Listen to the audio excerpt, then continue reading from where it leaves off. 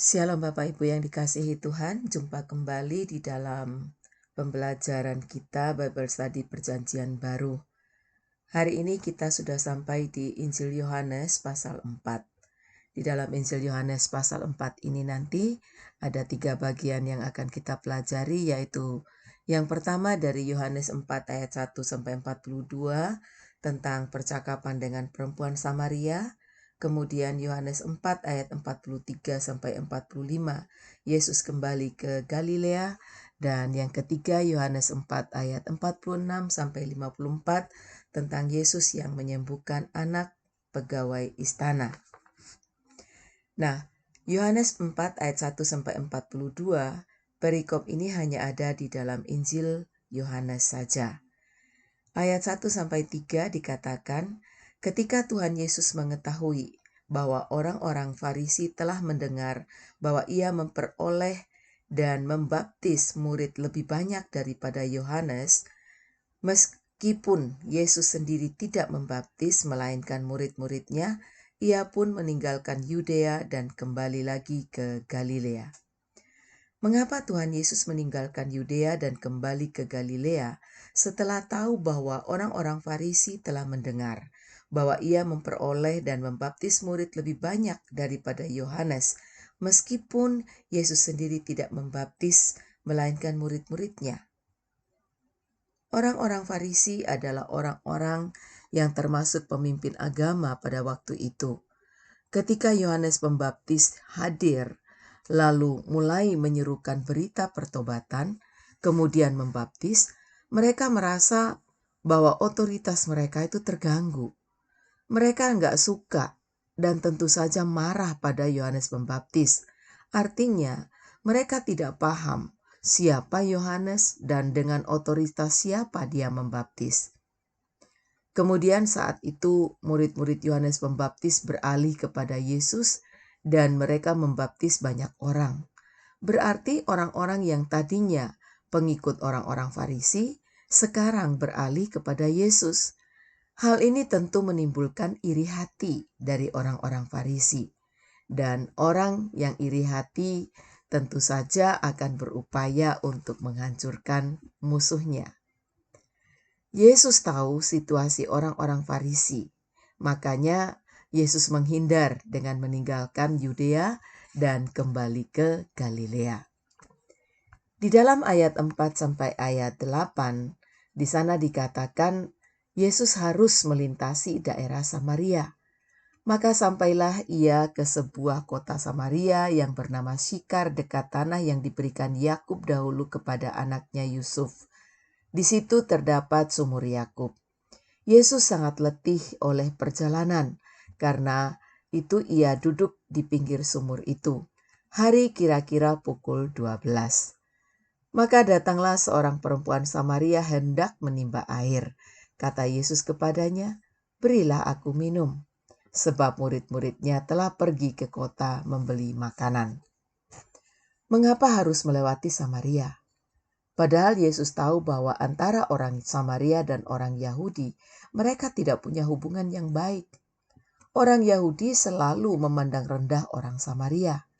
Orang Yahudi menganggap orang Samaria bukan orang Yahudi murni, karena orang Samaria merupakan hasil perkawinan campur antara orang Israel dan non-Israel.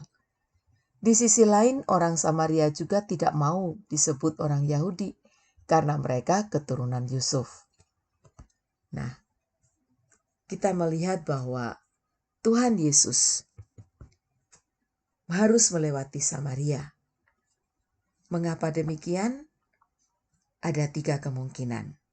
Tuhan Yesus ingin menghilangkan prasangka atau anggapan bahwa orang Samaria adalah orang yang lebih rendah dari orang Yahudi.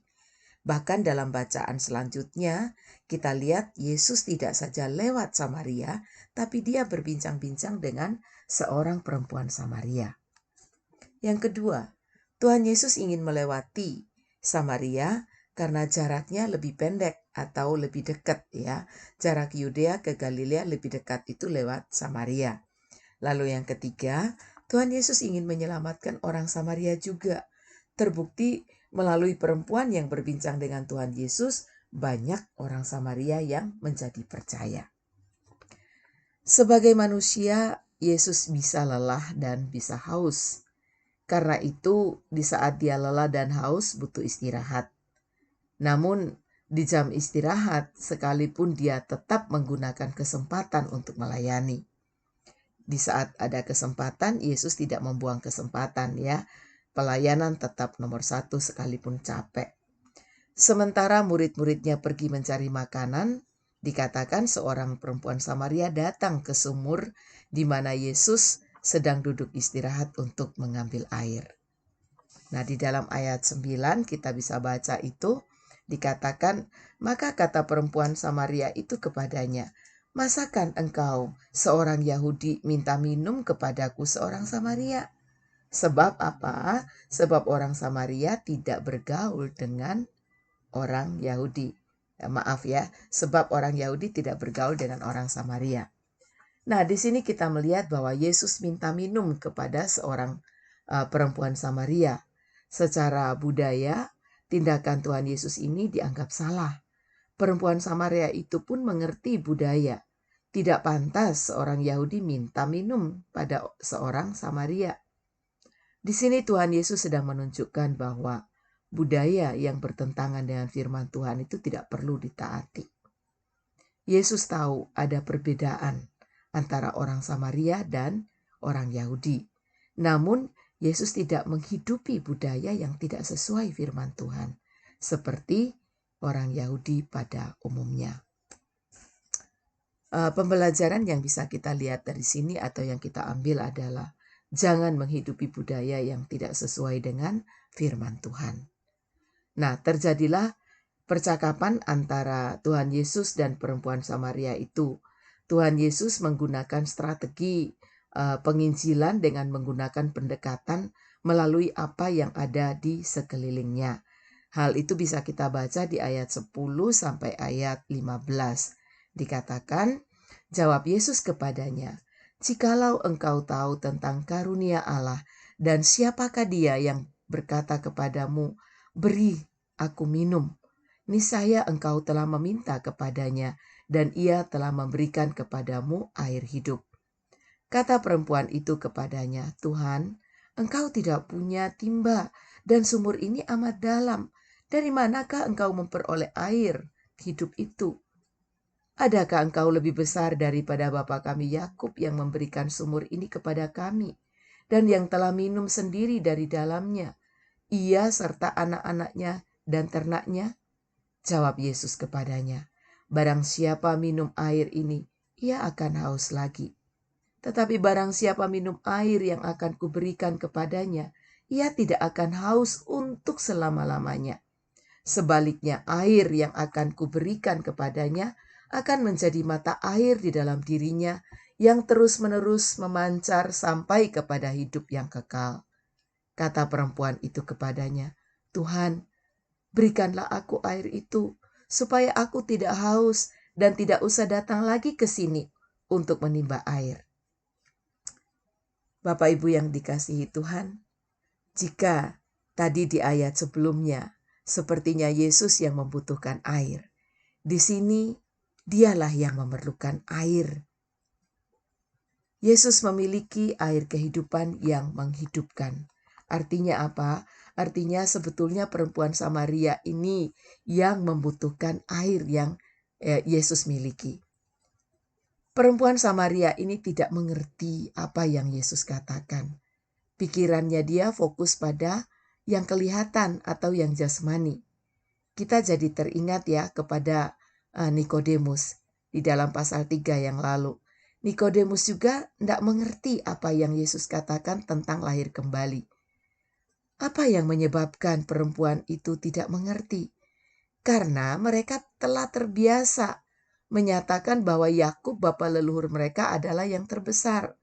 Secara turun-temurun kepada mereka telah diajarkan dan terpatri tentang hal itu.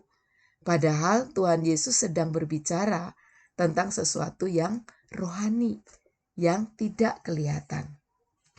Nah, dari sini kita belajar. Apa pembelajarannya? Seringkali hal yang rohani tidak bisa kita mengerti karena pikiran kita terus tertuju kepada yang duniawi atau yang kelihatan. Terkadang juga ajaran turun-temurun yang telah kita dapatkan menghalangi kita untuk mendapatkan sesuatu yang lebih baik dan benar. Nah, ketika Tuhan Yesus berkata bahwa orang yang minum air yang diberikannya atau yang diberikan Tuhan Yesus tidak akan haus lagi.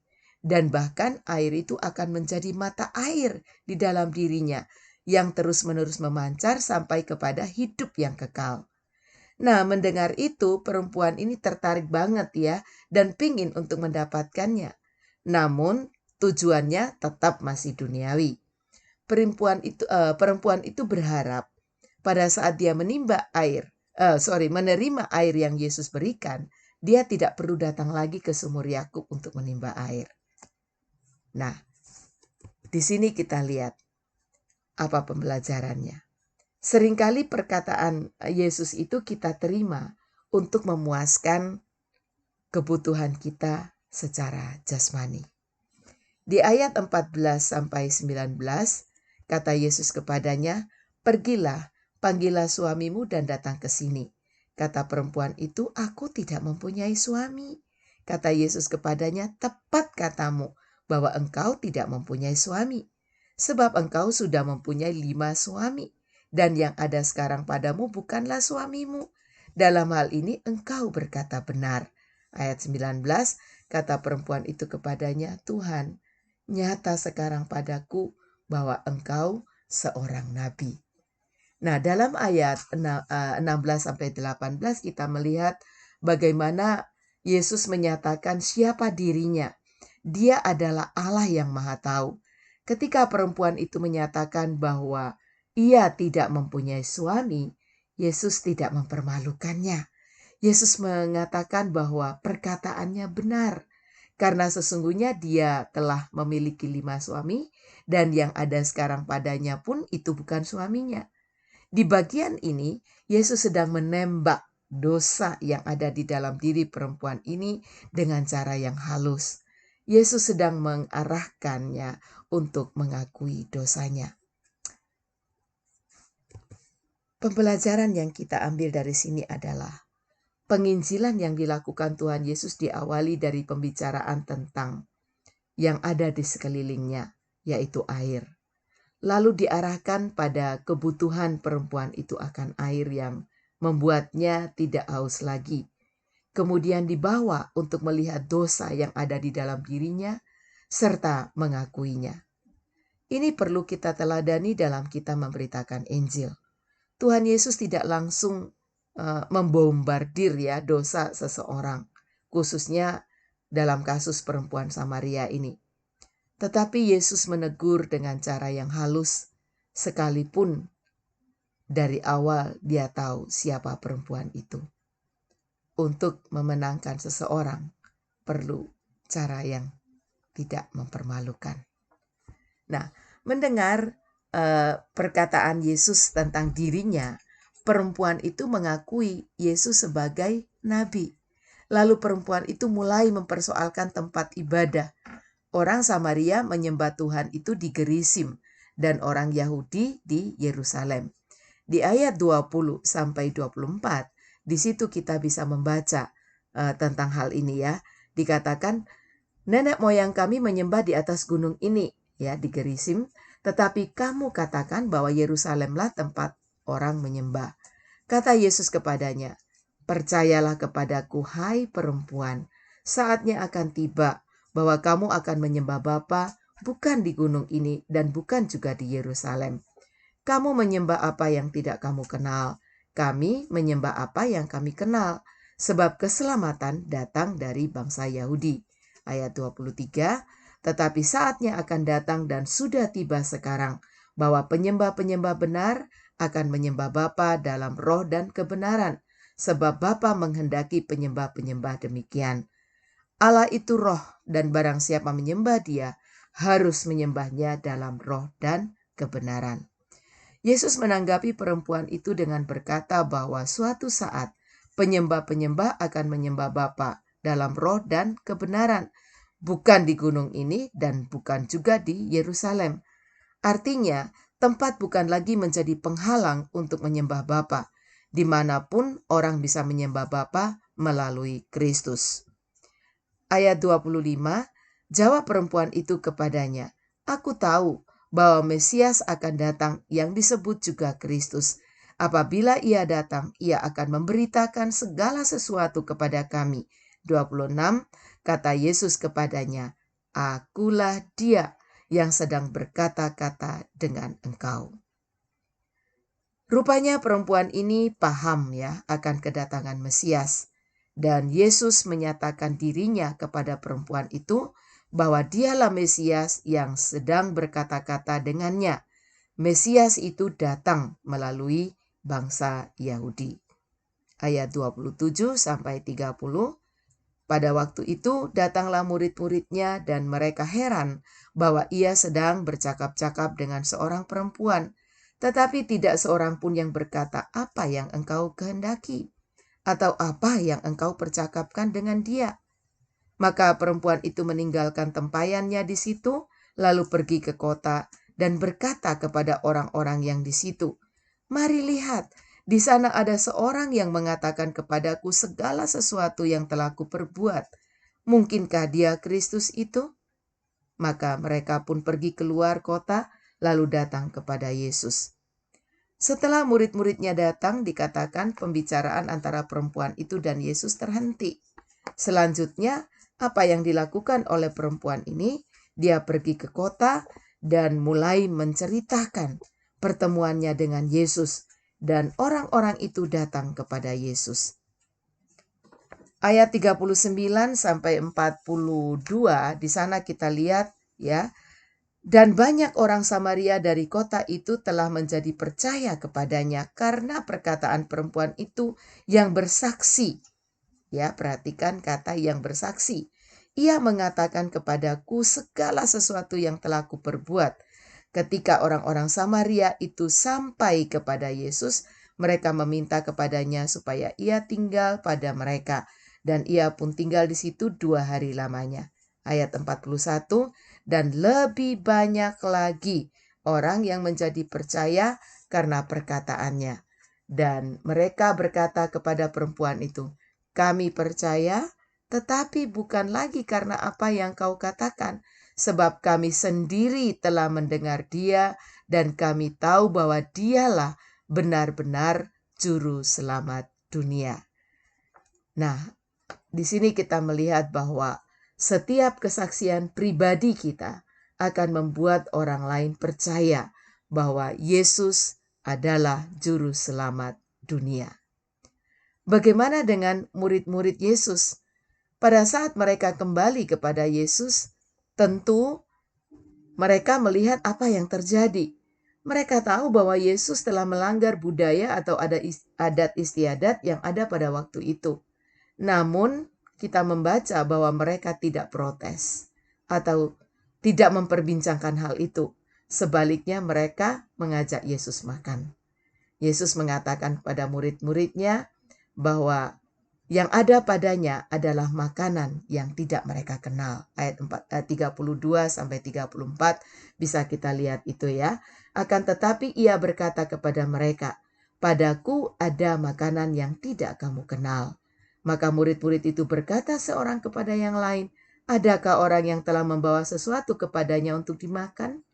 Kata Yesus kepada mereka, "Makananku ialah melakukan kehendak Dia yang mengutus aku dan menyelesaikan pekerjaannya." Nah, melalui makanan ini, Yesus mengajarkan kepada mereka tentang makanannya atau makanan rohani. Sementara murid-murid itu heran dan dari perkataannya, karena pikiran mereka pun masih sangat duniawi. Fokus mereka kepada makanan jasmani, padahal Yesus sedang bicara tentang makanan rohani. Lalu Yesus berkata di ayat 34 tadi, ya, "Makananku ialah melakukan kehendak Dia yang mengutus aku dan menyelesaikan pekerjaannya."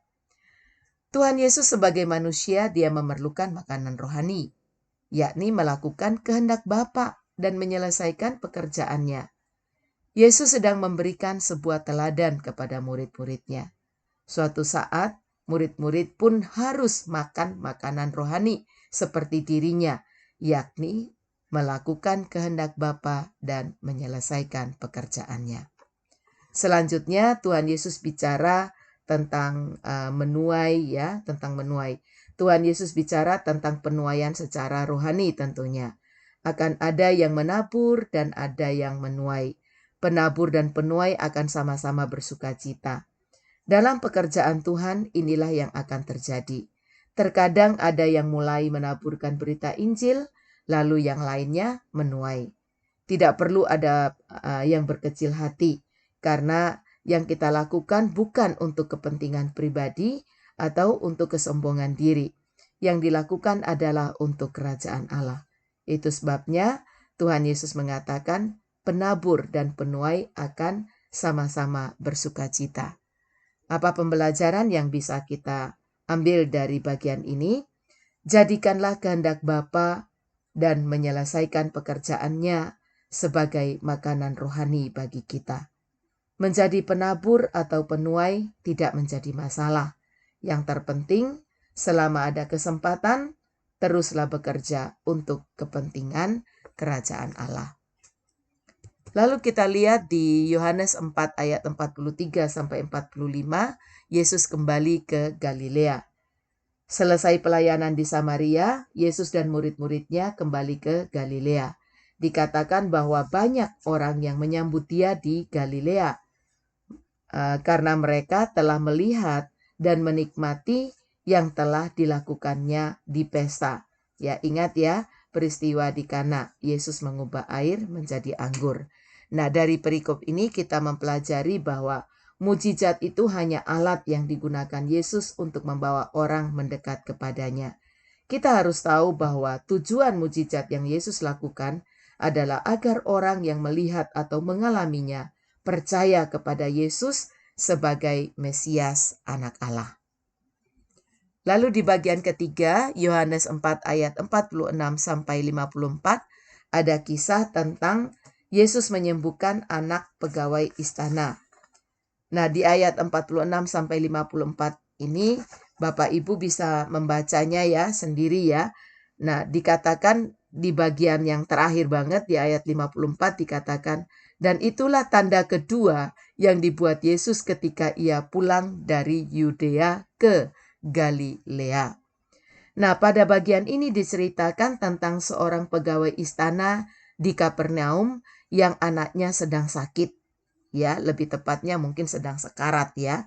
Nah, dan rupanya berita tentang Yesus yang punya kuasa mengubah air menjadi anggur di Kana menggerakkannya untuk datang minta pertolongan kepada Yesus supaya Yesus menyembuhkan anaknya yang hampir mati.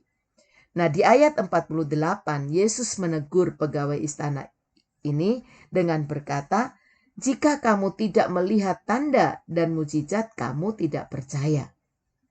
Memang ini ya sebuah kenyataan juga di zaman kita sekarang. Seringkali orang itu menjadi percaya kepada Yesus karena ada tanda yang dilakukannya atau ada mujizat yang dikerjakannya. Nah, namun pegawai istana ini kita lihat sekalipun ditegur seperti itu, pegawai istana itu tetap meminta agar Yesus datang ke rumahnya. Pegawai ini mengharapkan Yesus datang. Kalau Yesus tidak datang, anaknya pasti mati. Nah, namun Tuhan Yesus tidak mengiyakan apa yang dimintanya. Yang Yesus lakukan adalah berkata kepadanya, "Pergilah, anakmu hidup." Pegawai istana ini pun percaya akan perkataan Yesus dan ia pergi. Apa yang terjadi? Nah, di tengah jalan, hamba-hambanya datang dan memberitahukan bahwa anaknya hidup. Lalu pegawai istana ini cross-check dengan bertanya, "Jam berapa anaknya hidup?" Hamba-hambanya berkata, "Pukul 1 siang, demamnya sembuh." Nah, pegawai istana ini ingat waktu di mana Yesus mengatakan anakmu hidup, ya sekitar jam segitu ya. Nah, apa akibatnya? Akibatnya ia dan seluruh keluarganya percaya kepada Yesus. Nah, dikatakan peristiwa penyembuhan anak dari pegawai istana ini merupakan tanda yang kedua Yang Tuhan Yesus lakukan setelah tanda yang pertama yang dia lakukan adalah air menjadi anggur di Kana. Apa pembelajaran yang bisa kita ambil dari bagian ini? Yang pertama adalah tidak semua permintaan itu dituruti oleh Yesus karena Yesus lebih tahu apa yang harus dilakukannya. Dan pastinya yang Yesus lakukan itu adalah yang terbaik. Ya, terbukti tadi dari peristiwa penyembuhan anak dari pegawai istana. Yang kedua, Yesus sanggup melakukan mujizat secara jarak jauh. Artinya apa? Jarak dan waktu itu tidak menghalangi kuasanya. Bagian kita hanya percaya. Dan yang ketiga, ingat kembali bahwa tujuan mujizat membuat kita percaya bahwa Yesus adalah Mesias, Anak Allah. Ini yang bisa saya berikan buat kita pada hari ini. Kiranya kita diberkati dan harapan saya Yohanes 4 secara keseluruhan dibaca kembali. Dan jika ada pertanyaan atau hal-hal yang penting yang perlu kita diskusikan, kita akan ketemu di grup WhatsApp. Tuhan Yesus memberkati kita semua. Amin.